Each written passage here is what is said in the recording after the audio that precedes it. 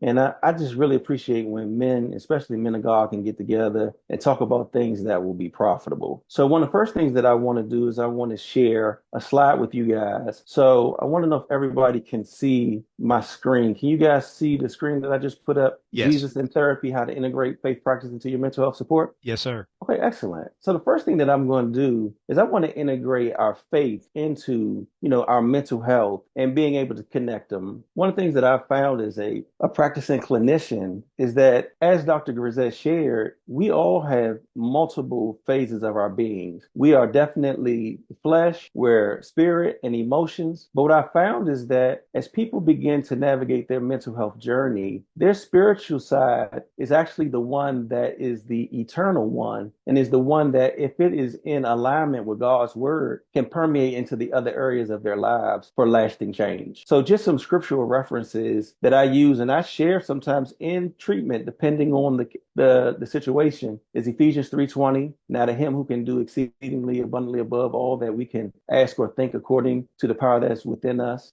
Proverbs 3:5 and 6. Trust in the Lord with all your heart, and then lean not to your own understanding. And that leaning not to your own understanding, that really plays a big role in terms of how people they express their emotions, and in some ways how they allow their emotions to govern their behaviors. So we'll unpack that a little bit. But it says in Proverbs 3, in all your ways acknowledge him, and he'll make your pathways straight. Then we got 2 Corinthians 10:4. The weapons that we fight with are not weapons of the world. On the contrary, they have the divine power to demolish strongholds. Now, one of the things that I want to share with you guys, and if y'all have the ability to take notes, we're going to talk about strongholds. From a biblical perspective, they're called generational curses. From a clinical perspective, it's called the generational transfer of pathology. So it's so interesting how faith and psychology can be intertwined, even though in some ways the psychology community tends to negate looking at faith. But what happens is they actually can complement each other when they're understood in their own practical ways. And now the last one is Romans 12:1 and 2. It says, therefore, I urge you, brothers, in view of God's mercy, to offer your bodies as living sacrifices, holy and pleasing to God. This is your spiritual act of worship. Do not conform any longer to the patterns of the world, but be transformed by the renewing of your mind. Then you'll be able to test and approve what God's will is, his good, pleasing, and perfect will. Now, I want to go to a different document, but I want to focus on that renewing of the mind. One of the things that we learn from a spiritual perspective is how to begin to look at what we call cognitive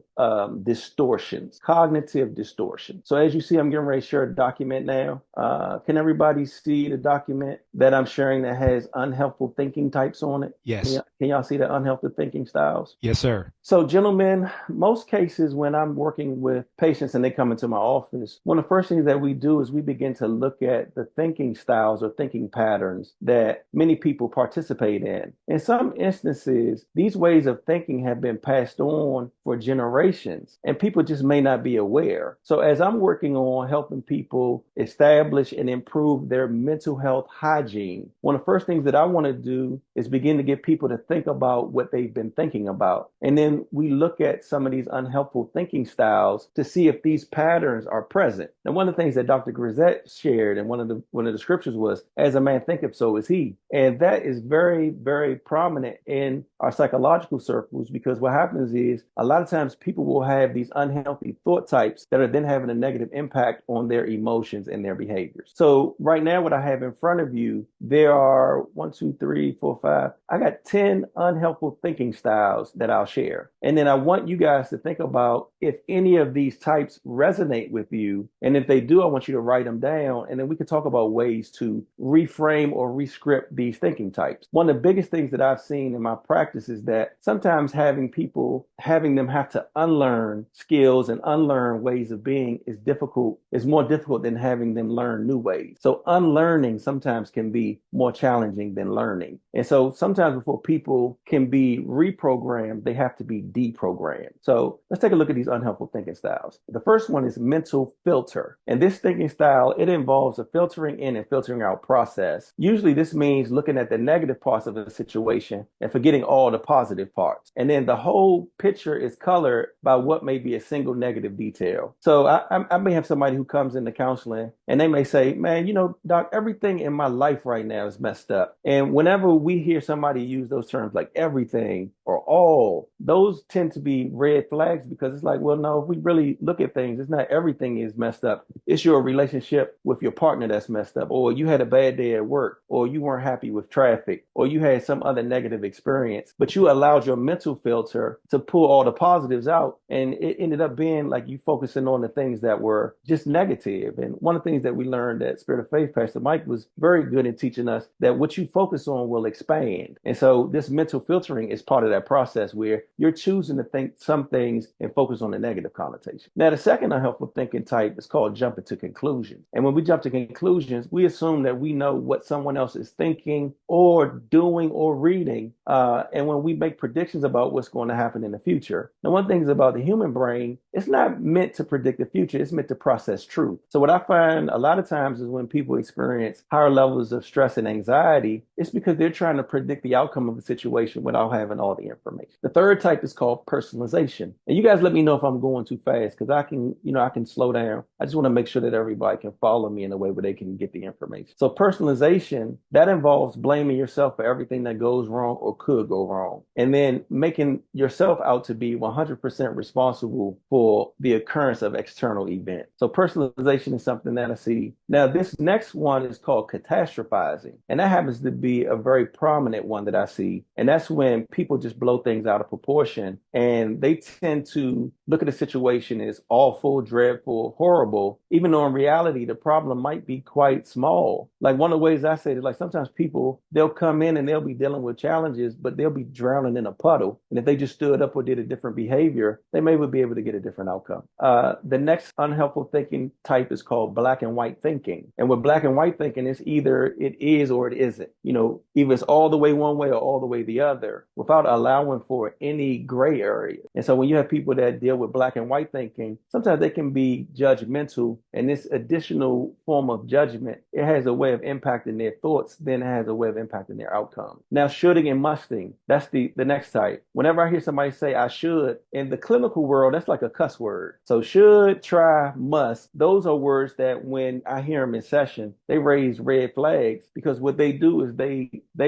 connote a way of thinking that shows that you're creating a concept that may or may not be realistic for your given capacity. The next one is overgeneralizing. And when we overgeneralize, that means we take an instance in the past or present, and then we impose it on all current or future situations. So that would be like saying, man, I went to work and I had a terrible day, so I know every time I go, it's going to be bad. And it's like, that's just an overgeneralization. And you will be surprised how many times we see people come in with these cognitive distortions that have been going on throughout the span of their lifetime. Now, the last three, one is labeling. And I see that in a lot when people are dealing with depression, because they'll operate in a way where the depression is impacting them. But instead of saying that, hey, I'm dealing with some challenges right now and I need to find better ways to function, they'll say, no, I'm lazy. It's difficult for me to get out of bed. It's hard for me to make friends. I'm lonely. But really what's happening is that they're experiencing depression, but they're using these labels as a way to highlight the negative things that are going on. And these labels may not always be 100% accurate. Now, the last two are emotional reasoning. And that's a thinking style that involves basing your view on situations or yourself in the way that you're feeling. And that gets back to the scriptural verse we talked about, not leaning on your own understanding. So the emotional reasoning is something where we allow how we feel about a situation to dictate how we function. And one of the things that we find is that if you allow your emotions to be the final determinant, that will sometimes lead to very difficult outcomes. And then the last one is called magnification and minimization. And in this way of thinking, you look at the positive attributes of other people, but minimize your own positive attributes. And it's like what happens is you make people seem more important and larger than you while minimizing what you do. And in a lot of instances, people who have self-esteem challenges, they'll always tend to look at others as being able to do more or be greater than they are because of this minimalistic view they have of themselves. So those are are the 10 unhealthy thinking types that I see a lot of times in clinical work and clinical practice. Now, I want to go back and share my PowerPoint so we can begin to look at some of these other elements that I want to share with you guys today. So just hang in there with me.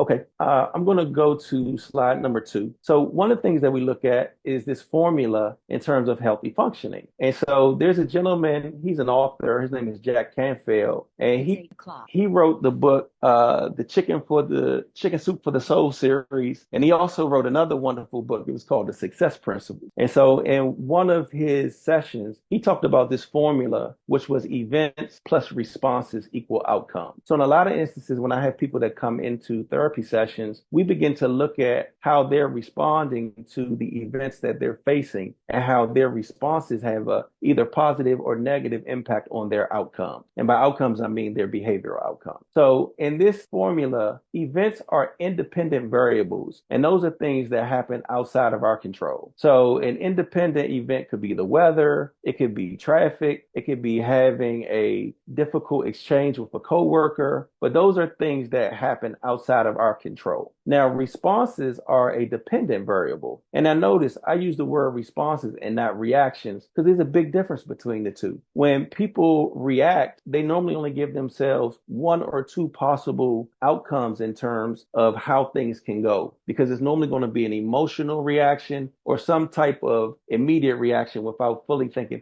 things through. With a response, you have the ability to not only have emotional reaction, but you also can weigh things out and see what may be the best possible way to respond. So like I'll give you an example. Let's say me and Elder Rich, we're going on a motorcycle ride and we're out riding, and then all of a sudden we ride into an area where there's a torrential rainstorm. Now, when I start to feel the rain, I get emotional and then I just start crying. But then Elder Rich, what he does is he finds an overpass for us to take the bikes under so we can move and get out of the rain. I had an emotional reaction. He had a behavioral response. And in a lot of instances, what happens is when people are faced with unfavorable events, they tend to stay in an emotional space, which doesn't help them in terms of the outcome. And it's important that even if we experience we experience an emotional response, that we also have to shift to a behavioral one. So there's a big difference between responses and reactions. And then the last letter O in the formula is outcomes. And outcomes, they're impacted by our response to the event. So we get to determine the outcome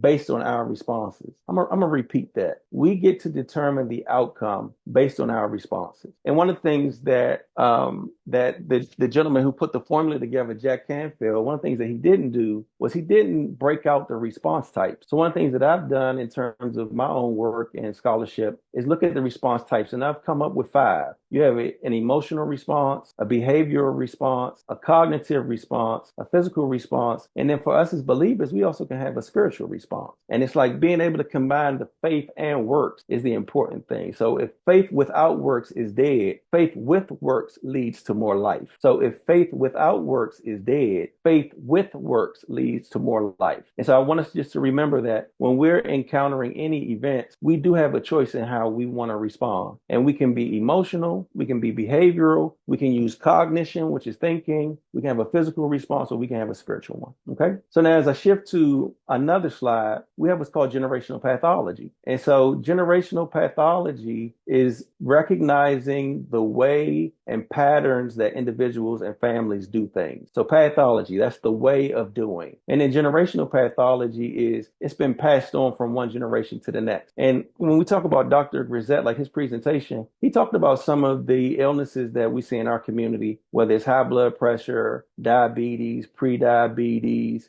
stress, cardiac issues. And sometimes these illnesses have been passed on from one generation to the next because a lot of the behaviors and patterns that we participate in, they lead to these unhealthy outcomes, but we haven't learned how to make responses or unlearned some of these ways of being to lead us to better outcomes. And so one of the things that's good about therapy is that it gives you an opportunity to talk to a third-party individual who can help you begin to look at your behavioral patterns and then decide to do the things that can lead to better outcomes. So I have 3 diagnostic questions for everybody listening today. And I want you just to do this in-session work where you can begin to give me some responses. So the first question is, what are three things that you currently do well? What are three things that you currently do well? The second question is, what are three things that you can improve upon? What are three things that you can improve upon? And then the last one is, what are three things that you need to stop doing to improve your healthy functioning? What are three things that you need to stop doing to improve your healthy functioning? And if we were in a mental health therapy session,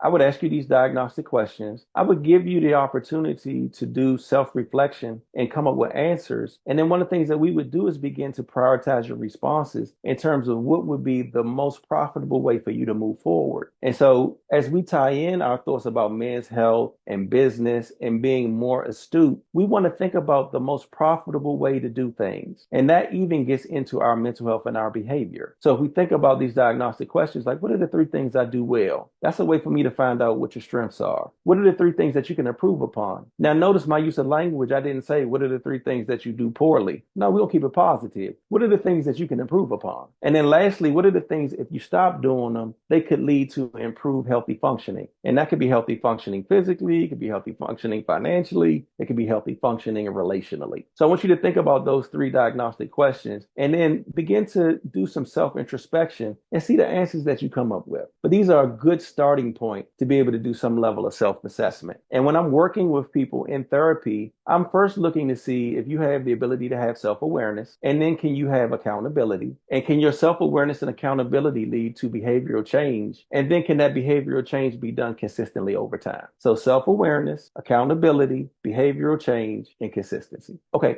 I'm going to move now to another slide. And in this slide, we're going to look at support systems. Okay, so one of the things that we look at in terms of therapy and when I'm working with individuals and families is, what does the social support system look like that people are dealing with? Now, we as a people, we come from a village mentality. And one of the things that I can speak to, and people who know me well, they know I come from a wonderful village. I have a wonderful village in terms of my earthly family. I have a wonderful village in terms of my spiritual community. I have a wonderful village in terms of the people I'm connected with on a sports level, on a professional level. I have wonderful mentors. I have a wonderful therapist. Her name is Dr. Joyce Woods, who she's a Christian counselor and somebody who's been working with me now for more than 15 years on the mental health challenges that I face as a clinician. And so when we're looking at healthy functioning, one of the most important pieces is not only looking at ourselves as individuals and families, but looking at the people who can support us. And so ideally, people derive support from friends, families, and professionals, but it's hard just to rely on one person. And so in many cases, people need to get support from multiple sources, but those sources can change over time as people's ability and capacity shifts. And so think about it this way. There are some people, when they were younger, their grandparents were able to provide support because they could drive them back and forth to basketball practice or take them to doctor's appointments or help with the groceries and things like that. But then as those family members got older, the social support model had to shift to where now as people became adults, they had to start supporting the older folks in their community, the seasoned saints, as we call them, the spirit of faith, and then being able to be in a support stance for them and helping them with their level of functioning. But so when we look at social support, I use the acronym PI, and that's for practical support, informational support, and emotional support. And so when we look at practical support, it's just that. It can be something as simple as having a person who can help you go back and forth to the store, go to doctor's appointments,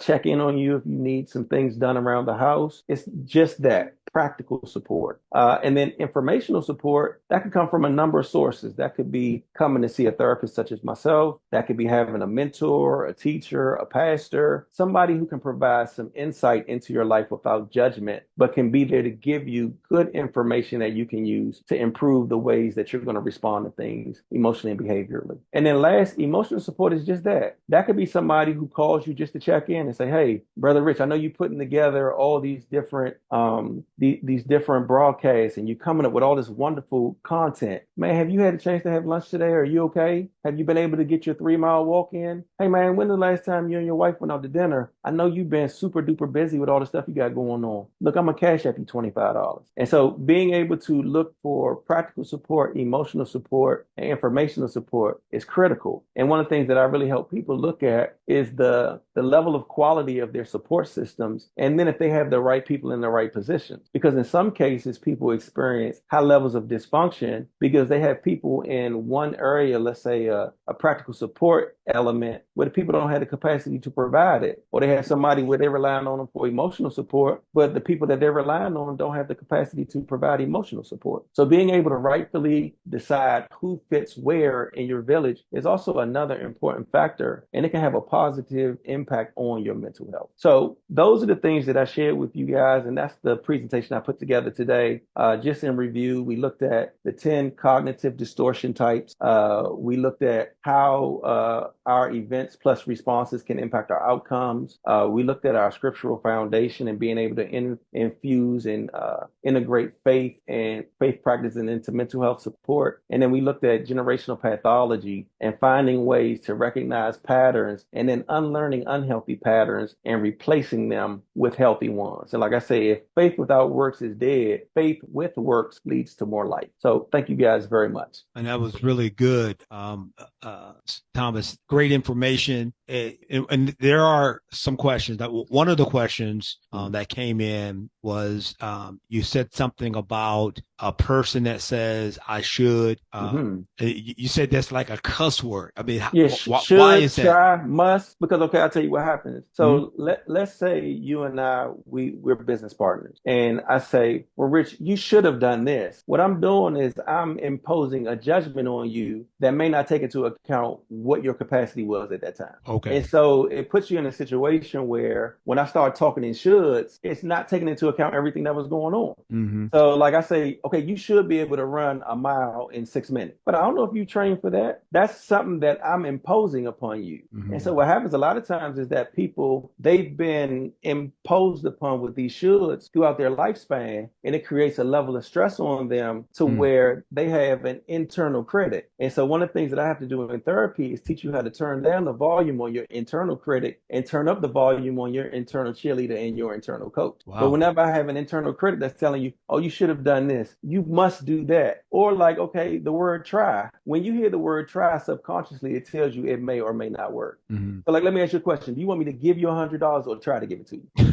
I want you to give me $100. Every time you want every me to time. give it to you. Because like if I say, okay, well, Rich, I'm gonna try to give it to you. What happens is you like, okay, well, maybe you will, maybe you won't. Right. But if I say I'm gonna give it to you, you say, okay, bet, when we gonna meet? And it establishes intention. And so one of the things that I do with people behaviorally is I look to help them establish positive behavioral patterns that have some level of intentionality with them. So that's why the word should, must, and try, those are clinical cuss words. So now, and interesting conversation. That this is just, you sparked this in my mind when you mentioned that. Well, how do you handle that if it's another person? Because I mean, I understand if I say to myself what I should be doing. Are there things that we can do if that's a trigger? I mean, are there different words you know what I'm trying to say? Absolutely. So what happens is when we're in therapy, we're going to do what's called rescripting. So let's say, for instance, if you come in and you have a should, and then what we can do is rescript should into something rational that's still true. So instead of saying I should be able to run a 4-minute mile, we could say I can train myself to attempt to run a 4-minute mile, and then I'm going to figure it out. So that's very different from I should, because then it gives you an element of, okay, I'm going to have to adjust some behaviors. I need to train before I can commit to running a 4-minute mile. And like what happens in many cases, Dr. Grisette, he was so good in his presentation. He talked about fight and flight response, but in mental health, there's actually fight, flight, freeze, or fawn. And fawning is people pleasing. So what happens in a lot of individuals and families, they've had a history of this people pleasing because they do it as a way to avoid conflict. And so what happens is you end up just saying yes to stuff all the time, and people have a better relationship with your yeses than they do with you. And what I tell people, especially when they come in family and couples therapy, real relationship starts after I can say no to you and you can accept it. Wow. Yeah, like we're good. great as long as it's yes. Let me see how we are when it's no. Okay, we got a question. Will these slides be available? Yeah, for $55. No, I'm kidding. Of course, I'll send them to Rich. Y'all can have them. This is my gift to you guys. Absolutely. Oh absolutely, man, that's awesome. I appreciate it. And so yeah, guys. So if you have hit the link if you're getting emails, then you'll get this. And if you're seeing this broadcast push out on Facebook and you don't have it, then you're gonna have to direct message me. I'll send you a link so you can get registered. And then we get the information out to you. The other question, you at the top, Thomas, you mentioned about the brain can't predict the future. Mhm. Tell me, can you unpack that a little bit? What do you mean by that? Sure. Yeah. Okay, no, I'll give it to you. So what happens is there's a thing called a credibility gap. Hmm. And what happens with people who experience anxiety is Hmm. because they're trying to predict the outcome without having all the factors. Okay. So when we see depression, depression is normally linked to somebody thinking about the past. So their cognitive functioning is tied to a previous experience, and that previous experience has them stuck. So you generally hear people who say they're depressed, I feel Hmm. stuck in some way. I'm still stuck from when my car broke down, or Hmm. my girlfriend, she left me and we didn't go to the prom, or whatever the thing may be. Hmm. With anxiety, it's really because you're trying to predict the outcome before you have all the factors. So your brain is trying to gather as much data as possible to ensure that this outcome is going to occur. That does not mean that we can't do certain behaviors that can lead to an outcome. But what it does mean is that until we experience the outcome, some of the things that we're trying to do, that we're trying to predict, Hmm. it may lead to us having feelings of anxiety because the brain is constantly trying to process truth. Now, notice truth and fact are two different things. Yeah. So your truth can be very unique and specific to you. So in your mind, your truth can already be, I'm not only a millionaire, I'm a billionaire. And like the more you tell yourself that, the more you'll see pathways to do it. Dr. Grisette talked about neural pathways. Hmm. And the brain is constantly reestablishing neural pathways. As a psychologist, one of the things I'm doing is helping people discover new ways to think that can lead to new ways to function. But if we try to be too predictive, like let me ask you a question. What's going to happen tomorrow at 7:15? Don't know. Yeah. So I got to remain in the moment. And that's Right. where the mindfulness practice comes. It teaches you to Hmm. get in the moment. Pastor Mike, he's wonderful in terms of how he said, like each moment owes you something. Hmm. And then I had a wonderful uncle, he told me, don't worry about tomorrow. It don't belong to you yet. And that was his way of telling me how to stay in the present. So Right. one of the things that we do in therapy is try to teach people how to get into the present and then remain there as a way to offset feelings of anxiety or depression. Yeah. Another question just came in. Can Mr. Skeeter impact the term events plus responses equal outcome, or did he just do that? Okay, no, I can unpack that for you. So Okay. events, like I said in the slide, an event is a independent variable, which means we have no control over that. So Rich, let's say tomorrow you're out, you're driving your car and you have a flat tire. You had no control over that tire going flat. Let's say all your tires were new, they weren't worn, but Hmm. as you're riding, you just run over a nail. That just happened. Hmm. And so for many people, when they experience these negative events, they get stuck in an emotional response to that. And so one of the things that we do in therapy is teach people that you can be emotional in the beginning, but if you remain emotional, you may not get the outcome that you desire. So like if you get a flat tire, okay, I'm gonna pull off the road, get my car out of traffic. Then I'm Hmm. gonna look at the condition of the tire and see, can I change this joint and ride on a donut, or do I need to call AAA? Right. But I have to be shifting from emotional to behavioral at some point. And there Hmm. are people who have just been in emotional responses for generations. I mean, my grandfather died in 1981 of diabetes. The food that killed him, they fed us at the repast. Now, think about that. It's not funny, but No, that's the now that you real. put it, that makes sense. And so it's like, just like Dr. Grisette, as we're learning these new ways of being, Hmm. okay, we got to offset some of this. Maybe he could have lived longer if we would have eaten differently. But Hmm. because we had an emotional response to food, because we were coming from a scarcity mentality, we ended up having negative incomes and negative outcomes that could have been avoided if we had different responses. Yeah. So it's self-empowerment. And I mean, at the end of the day, one of the things I love about mental health and doing this work is that I'm able to give people the tools they can use to pull themselves out. Yeah. That's good.